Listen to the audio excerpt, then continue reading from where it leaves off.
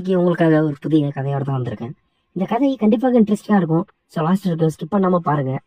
நம்ம கதை பிடிச்சிருந்தா லைக் பண்ணலாம். சரி, அதே மாதிரி கதையை லாஸ்ட் வரைக்கும் ஸ்கிப் பண்ணாம போலாமா வேணான்றது தெரிஞ்சுக்கவே நம்ம கதையுடைய டாப்பிக்கோ அல்லது ரைட்டில ஒரு சுருக்கமா பார்ப்போம். என்னன்னா, நம்ம கதையில சுமார் 3 பேர் இருக்காங்க. அதாவது அண்ணன், தம்பி, தம்பியோட மனைவி. ஸோ இப்படி போயிட்டு இருக்க சுச்சுவேஷன்ல தான் திடீர்னு ஒரு நாள் தெரிய வருது. அதாவது அண்ணனுடைய காதலி தான் தம்பியோட மனைவி அப்படின்றது. இப்படி தெரிஞ்ச தம்பி என்ன பண்ணான், அதுக்கப்புறம் அவங்க அண்ணன் பிளாக்மெயில் பண்ணதுக்கு அப்புறம் அவங்க மனைவியை அவங்க அண்ணன் கிட்ட எப்படி பலி கொடுத்தான், அதாவது பறி கொடுத்தான். ஸோ அப்படியாப்பட்ட ஒரு இன்ட்ரெஸ்டிங்கான ஸ்டோரி தான் இது. இந்த கதை கண்டிப்பாக இன்ட்ரெஸ்டிங்காக இருக்கும். ஸோ லாஸ்ட் வரைக்கும் ஸ்கிப் பண்ணாமல் பாருங்க. நம்ம சேனலை சப்ஸ்கிரைப் பண்ணாங்க, சப்ஸ்கிரைப் பண்ணிட்டு போகலாம். சரி, வாங்க வீடியோக்குள்ளே போகலாம். நம்ம கதையில் சொன்ன மாதிரி அண்ணன் இருக்காரு. அதாவது அவருடைய தம்பி யாருன்னா கூட பிறந்த தம்பி கிடையாது, பெரியப்பா பையன். ஸோ கூட பிறந்த தம்பி கிடையாது, பெரியப்பா பையன்ற காரணத்தினால அவரு தம்பி. இது இல்லாம தம்பி கல்யாணம் பண்ணிட்டான். ஆனா இதே நேரத்துல அண்ணனுக்கு கல்யாணமே ஆகல. ஸோ இப்ப நம்ம கதையில 3 பேர் இருக்காங்க. என்னன்னா, இவங்க 3 பேரும் மிகப்பெரிய ஒரு ராயலான ஃபேமிலியெல்லாம் கிடையாது. அவங்க ஒரு மிடில் கிளாஸ் வாழ்க்கையா வாழ்ந்துட்டு வந்துட்டு இருக்காங்க. இது எப்படி ஆரம்பிக்குதுன்றத ஃபர்ஸ்ட் பார்ப்போம். அதாவது நம்ம தம்பிக்காரன் பையன் என்னன்னா, அவன் ஒரு காலேஜுக்கு போறான். அந்த காலேஜ்ல தான் இந்த பொண்ணை பார்க்கறான். அந்த பொண்ணும் இந்த பையனும் ஒரே கிளாஸ்ல தான் படிக்கிறாங்க. இப்படியே போயிட்டு இருக்கு. இப்படியே போயிட்டு இருக்கும்போது என்னன்னா, ஒரு சமயத்துல இது லவ்வா மாறுது. சரி, இப்படி லவ்வா மாறுதுன்றது எங்கன்னா பிஜி படிக்கும் போதுதான் ஆகுது. இப்ப யூஜில அந்த பொண்ணுக்கு ஒரு காதல் இருந்திருக்கு.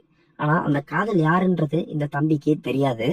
ஸோ இப்படியே இவங்க நல்லபடியா பேசுறாங்க, போறாங்க, பார்த்தா கல்யாணம் பண்ணிடுறாங்க. ஸோ இப்படி கல்யாணம் பண்ணும்போது இந்த அண்ணகாரன் வெளிநாட்டுல வாழ்ந்துட்டு இருக்கான். அந்த அண்ணகாரனுக்கு இந்த பொண்ணு யாருன்னு தெரியாது. இந்த பொண்ணுக்கும் இந்த அண்ணகாரன் தான் இந்த பொண்ணுடைய முன்னாள் காதலன்றது இவங்களுக்கு தெரியல. இவங்க அண்ணனோட லவ் என்ன ஆச்சுன்னா, இவங்க அண்ணனும் இந்த பொண்ணும் சுமார் 3 ஆண்டுகள் காதலிச்சு வந்துட்டு இருந்திருக்காங்க. இப்படி 3 ஆண்டுகள் காதலிச்சு வரும்போது லாஸ்ட் நேரம் இந்த பொண்ணு எனக்கு நீ வேணாம், எனக்கு உன்னை பிடிக்கல அப்படின்னு சொல்லிட்டு ரொம்ப டென்ஷன் ஆக்கி விட்டுருக்கு. இதே நேரத்துல அந்த பொண்ணு அவங்க அண்ணனை லவ் பண்ணிட்டு இருக்கும்போது இன்னொரு பையன் கூட பேசிட்டு இருந்திருக்கு. இதை கண்டுபிடிச்ச அந்த அண்ணகாரன் என்ன பண்ணிருக்கான், இல்ல எனக்கு இது செட் ஆகாது, எனக்கு உன்னை காதலிக்கிறது எனக்கு பிடிக்கல, நீ சரியில்லாத குணம் உடைய ஆளு அப்படின்னு சொல்லிட்டு இவனும் பேசி இதே எனக்கு செட் ஆகாதுன்ட்டு இது பண்ணிட்டு இருந்திருக்கான். அதே சுச்சுவேஷன்ல இந்த பொண்ணு ஏமாத்திட்டு போன வெறியில இருந்திருக்கான். இவன் அந்த வெறியில இருந்துட்டு படிச்சுட்டு தான் இவன் வெளிநாட்டுக்கு வேலைக்கு போயிருக்கான். ஸோ இவனால இவனோட தம்பி கல்யாணத்துக்கு வர முடியல. அதே மாதிரி தம்பியும் போட்டோ எதுவுமே அனுப்பல, நீ வான நம்ம நேர்ல பேசிக்கலான்ட்டு அப்படியே இருக்கு. ஸோ இப்ப இவங்களுக்கு கல்யாணம் ஆயிடுச்சு. அண்ணனுக்கு இதுதான் பொண்ணுன்றது தெரியாது, பொண்ணுக்கு இந்த பையன்தான் இந்த பையனோட அண்ணன்றது தெரியாது, நம்ம கணவரோட அண்ணன்ட்டு. ஸோ இப்படி போயிட்டு இருக்க சுச்சுவேஷன்ல தான் திடீர்னு ஒரு நாள் நம்ம அண்ணகாரன் ஃபாரின் வரான். ஸோ இவங்க ஃபாரின்ல வரும்போது தான் என்னன்னா, திடீர்னு ஒரு ட்விஸ்ட் ஏற்படுது. இந்த நம்ம தம்பிக்காரனும் அவன் மனைவியும் அண்ணனை ஃபாரின்ல வரும்போது ஏர்போர்ட்லயே போயிட்டு கூப்பிடலான்ற மாதிரியான ஐடியா அவங்களுக்கு வருது. சரி, ஐடியா வர மாதிரி இவங்க போறாங்க. போயிட்டு பார்க்கும்போது தான் திடீர் ட்விஸ்ட்.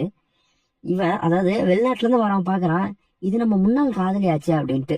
அதே மாதிரி இந்த பொண்ணு என்ன பாக்குறா, ஐயோ இது நம்ம எக்ஸ் ஆச்சு அப்படின்ட்டு இவங்களும் பாக்குறாங்க. ஸோ இப்பதான் ட்விஸ்ட் ஆரம்பிக்குது. இது என்ன ஒரு புரியாத புதிர்னா, இந்த பொண்ணு முன்னாள் ஒரு காதலன் இருந்தான்றதே இந்த கணவருக்கு தெரியல. எப்படி இந்த கணவருக்கு தெரியல. ஸோ இப்படிதான் போயிட்டு இருக்கு. இப்படி அந்த நிமிஷம் எல்லாம் பரபரப்பு அதிர்ச்சியில இருக்காங்க. இந்த பொண்ணை அவன் கணவர்கிட்ட எதுவுமே காமிச்சிக்கல, அண்ணகாரனும் தம்பி கிட்ட எதுவுமே காமிச்சிக்கல. இப்படி போயிட்டு இருக்கிற சுச்சுவேஷன்ல தான் என்ன ஆகுதுன்னா, வீட்டுக்கு வராங்க.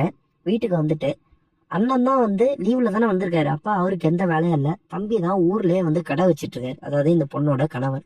ஸோ கடைக்கு அவர் போனதுக்கு அப்புறம் தான் இவன் போய் பேசான். ஓ, இப்ப என் தம்பி வாழ்க்கைய நீ அழிக்க வந்துட்டியா, அழிக்க வந்தியான்னு கூட கேட்கல, அழிச்சிட்ட அப்படின்னு சொல்லிட்டு என்னதான் உனக்கும் அவனுக்கும் கதை, என்ன ரிலேஷன்ஷிப்னு பேசிட்டு இருக்கான். பேசிட்டு இருக்கும்போது அந்த பொண்ணு அவன் காலிலே விழுந்து, எதுவுமே என் கணவர்கிட்ட நீ சொல்லிடாதீங்க அப்படின்ற மாதிரி சொல்லி அழுகுறாங்க. அப்படி அழுகும்போது இவன் என்ன சொல்றான், இல்ல நான் சொல்லுவேன் அப்படின்ற மாதிரி இவன் சொல்றான். அப்படி சொல்லும்போது இல்ல நான் உங்களுக்கு என்ன வேணா பண்றேன், இதை நீங்க சொல்லாதீங்கன்னு சொல்லும்போது அவங்க அண்ணக்காரன் என்ன சொல்றான், ஏன் கூட நீ அன்னைக்கு எப்படி இருந்தியோ அது மாதிரி இப்ப இருக்கணும்ன்ற மாதிரி அந்த அண்ணக்காரன் கேட்கறான். அவங்க பொண்ணு என்ன சொல்லுதுன்னா, இல்ல அது வாய்ப்பே இல்லை, என்னால எப்படி இருக்க முடியும், இதுக்கு மேல என் கணவருக்கு துரோகம் பண்ணிட்டு என்னால வாழ முடியாதுன்ற மாதிரி அந்த பொண்ணு சொல்லுது. ஆனா அந்த பொண்ணு சொல்றத இவன் ஒரு நிமிஷம் கூட கேட்கல. ஏன்னா இவன் பாதிக்கப்பட்ட இடத்துல நின்றுருக்கான். ஸோ இப்படி போற சுச்சுவேஷன்லாம் என்ன பண்றதுனே தெரியாம அன்னைக்கு அந்த பொண்ணு சொன்ன, அதாவது அவன் சொன்ன வார்த்தைக்கு அந்த பொண்ணு கட்டுப்பட்டு அந்த பொண்ணு வந்து ஓகே சொல்லுது. சரி, இப்படி ஓகே சொல்ற சுச்சுவேஷன்ல தான் தெரியுது வேற வழியே இல்லை நமக்கு, இதுக்கு மேலே இது நம்ம கணவர்கிட்ட போனா இது வந்து டைவர்ஸ் அளவுக்கு போய் முடிஞ்சிடும், அதனால நம்மளே இதை சால்வ் பண்ணணும்னா நம்ம இவங்க சொல்றதுக்கு ஏத்து போய் தான் ஆகணுன்ற மாதிரியான மனநிலையில அந்த பொண்ணு சொல்லிடுச்சு ஓகேட்டு. அதுக்கப்புறம் இவங்க 2 பேரும், அதாவது அந்த அண்ணன் நினைச்ச மாதிரி அந்த பொண்ணு ஒத்து போன காரணத்தினால இவங்க 2 பேரும் சந்தோஷமா இருக்காங்க. இதுல அந்த பொண்ணுக்கும் விருப்பம் இருக்கு. அதுக்கப்புறம் இந்த பொண்ணே வந்து அடுத்த நாள் கேக்குது, இது சூப்பரா இருக்கு, நீ வந்து எனக்கு உதவி பண்ணுன்ட்டு. ஸோ இப்படி போயிட்டு இருக்கிற சுச்சுவேஷன்ல தான் என்ன ஆகுதுன்னா, திடீர்னு இன்னைக்கு தம்பிக்காரன் வந்துட்டான். தம்பிக்காரன் இவங்க 2 பேரும் இப்படி இருக்கிற நிமிஷத்தை பாக்குறான். அவனுக்கு அப்பதான் திக்குன்னு தூக்கப்படுது, என்ன நடந்துட்டு இருக்கு இங்க அப்படின்ட்டு. இவங்க 2 பேரும் என்ன பண்றாங்கன்னா, தம்பி காலில் போய் விழுறாங்க. விழுந்து, அதாவது இந்த பொண்ணு அவன் கணவர் காலிலையும், அண்ணன் தம்பி காலில் போய் விழுந்து, நான் பண்ணது மிகப்பெரிய தப்பு, நான் உனக்கு துரோகம் பண்ணிட்டேன், ஆனா உன் மனைவியை பத்தி எனக்கு எல்லாமே தெரியும், ஏன்னா உன் மனைவியோட முன்னாள் காதலன் நான் தான்.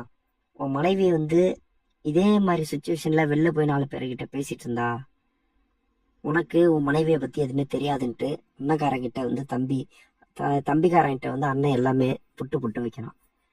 அப்ப செம்ம கடுப்பான இந்த தம்பிக்காரன், அதாவது கணவர் வந்து என்னதான் நினைச்சிட்டு இருக்கேன்னு சொல்லிட்டு, இதை நான் போய் வெளில போய் சொல்லுவேன், நீ என்னை இப்ப அடிச்சினா நான் போய் வெளில சொல்லுவேன்ற மாதிரி அண்ணக்காரன் இப்ப சொல்றான். அண்ணக்காரன் என்ன அடுத்ததா சொல்றான்னா, நான் வந்து இதை வெளில போய் சொல்லக்கூடாதுன்னா நான் என்ன சொல்றேன்னு நீ போய் கேட்கணுன்ற மாதிரி தம்பிக்கிட்ட சொல்றான். தம்பி சொல்றான், சரி என்னன்னு சொல்லு அப்படின்ட்டு. இப்ப நீங்க 2 பேரும் சந்தோஷமா இருங்க, நான் தலையில்லை, ஆனா நான் வெளிலேருந்து ஓரமா உட்காந்து பாத்துக்கிறேன்றான். அது வாய்ப்பே இல்லைன்ட்டு தம்பி சொல்றான். ஆனா வேற வழியே இல்லாம தம்பி அதுக்கு ஒத்துக்கிட்டு இவங்க 2 பேரும் சந்தோஷமா இருக்கிறத அண்ணக்காரன் வெளில இருந்து பாக்குறான். அடுத்தது அண்ணக்காரனும் இதுல வந்து ஒரு ஸ்பான்சர் எடுத்துக்கிறான். ஸோ இப்படிதான் இந்த குடும்பம் வந்து ஆகுது. இது ரொம்ப ஆச்சரியமான ஒரு கதையாக தான் இருக்கு. இந்த கதை பிடிச்சிருந்தா லைக் பண்ணுங்க, நம்ம சேனலை பிடிச்சிருந்தா சப்ஸ்கிரைப் பண்ணுங்க. அடுத்ததாக ஒரு நல்ல கண்டென்ட்ல சந்திப்போம்.